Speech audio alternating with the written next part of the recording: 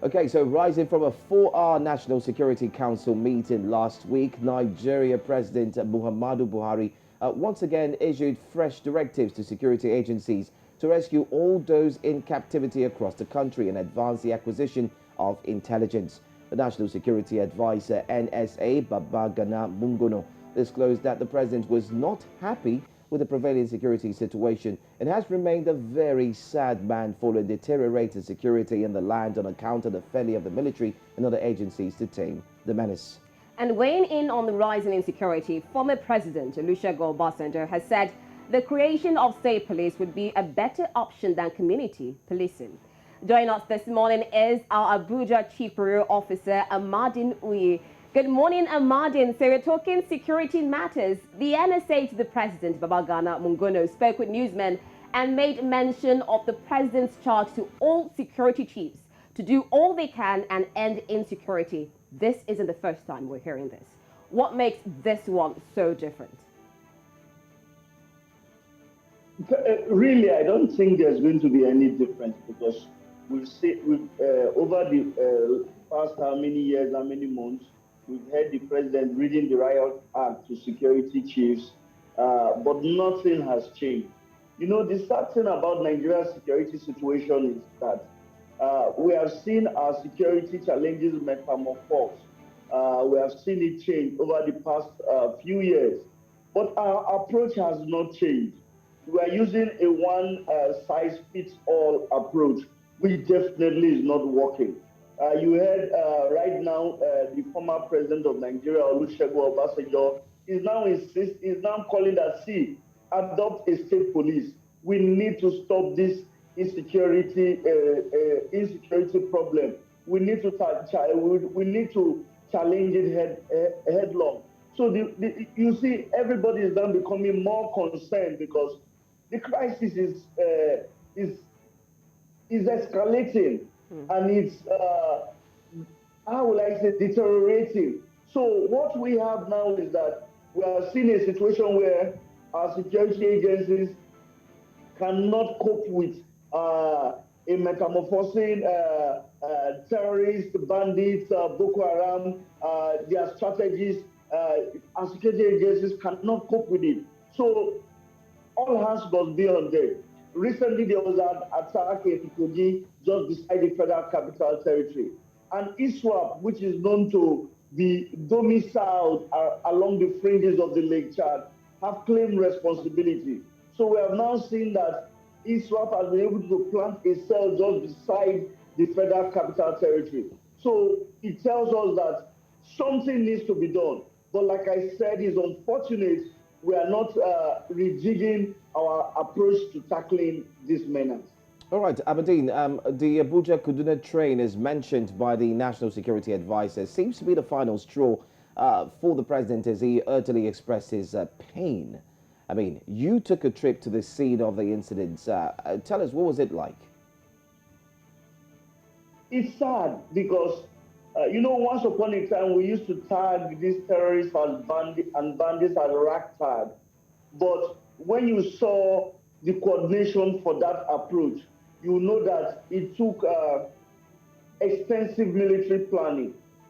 And they succeeded. Sometime last year, that rail line was blown up. And the terrorists, I think that was just testing the waters. It was fixed a few days later, but the terrorists now understood. I call them terrorists because sometimes when we use the nomenclature of bandits, we try to water down on the ability of these criminal elements to cause terror on the people. So the terrorists have come to understand that it is very, very possible. And you know, the irony about that attack was eyewitnesses say that the moment the rail was attacked and the train was stopped, that the terrorists went for the VIP coach. That means they knew that this particular coach was going to be where the elites are going to be, because the elites would not want to stay on the economic class coach with the others. So you see, everything was well coordinated, everything was well planned. If you say it's the final straw, I don't think it is the final straw, because in the next few days we'll hear of another daredevil attack, and we'll hear of these others being dished out from the presidency to the security chief. The truth about the matter is we must tell ourselves that our security agencies do not have the manpower, not the equipment. They might have the equipment, but they do not have the manpower and personnel to police every community in the country. Now, I thought that our security designers would sit down and fashion out a strategy where these terrorists do not even have opportunity to hibernate in communities. You see, a few days ago, the president had a meeting with traditional rulers.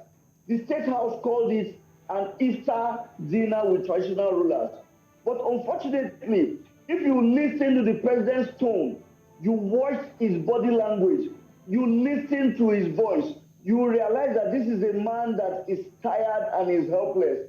And he made it clear to traditional rulers, activate traditional and local methods of intelligence gathering.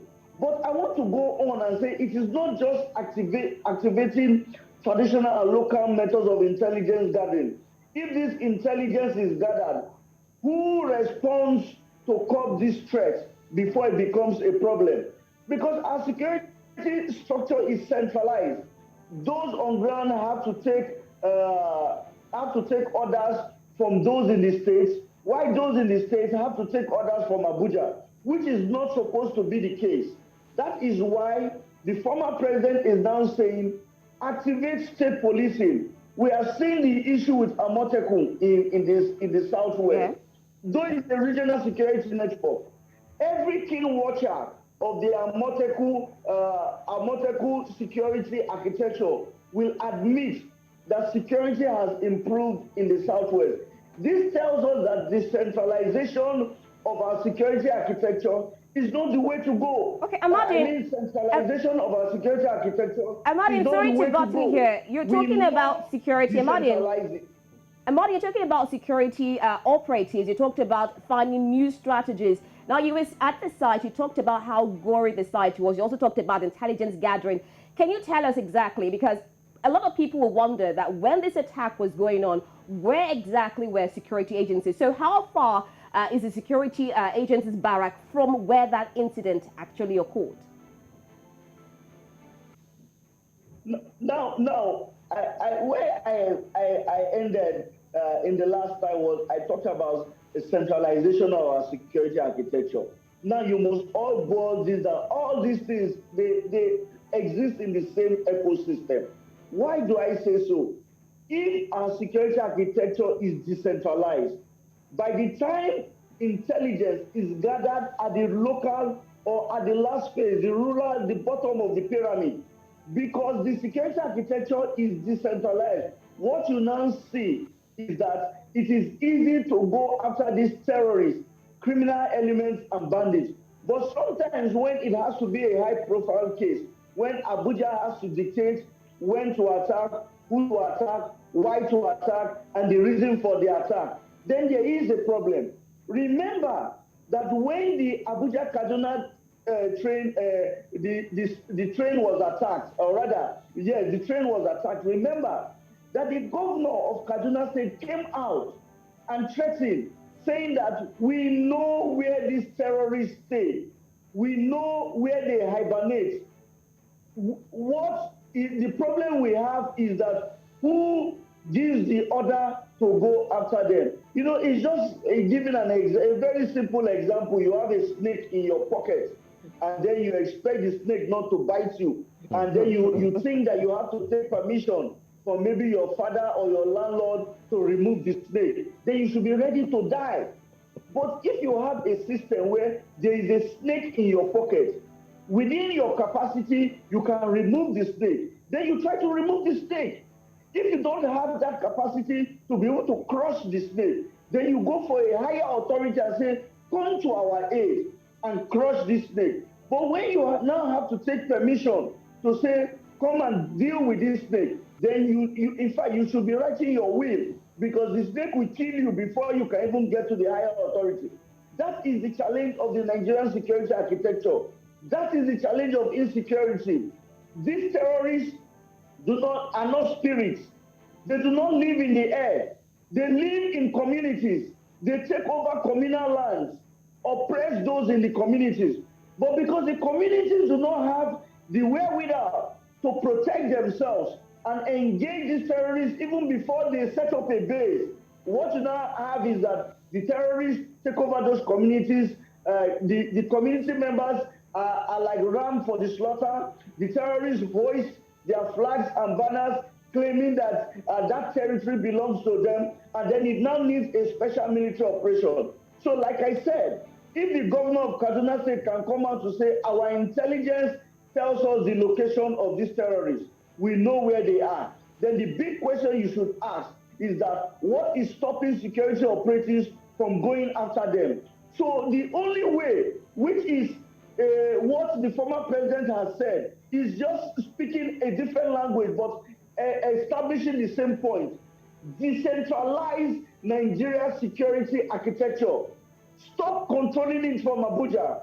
At least when you decentralize it, give those who are at the bottom level, permission to be able to act.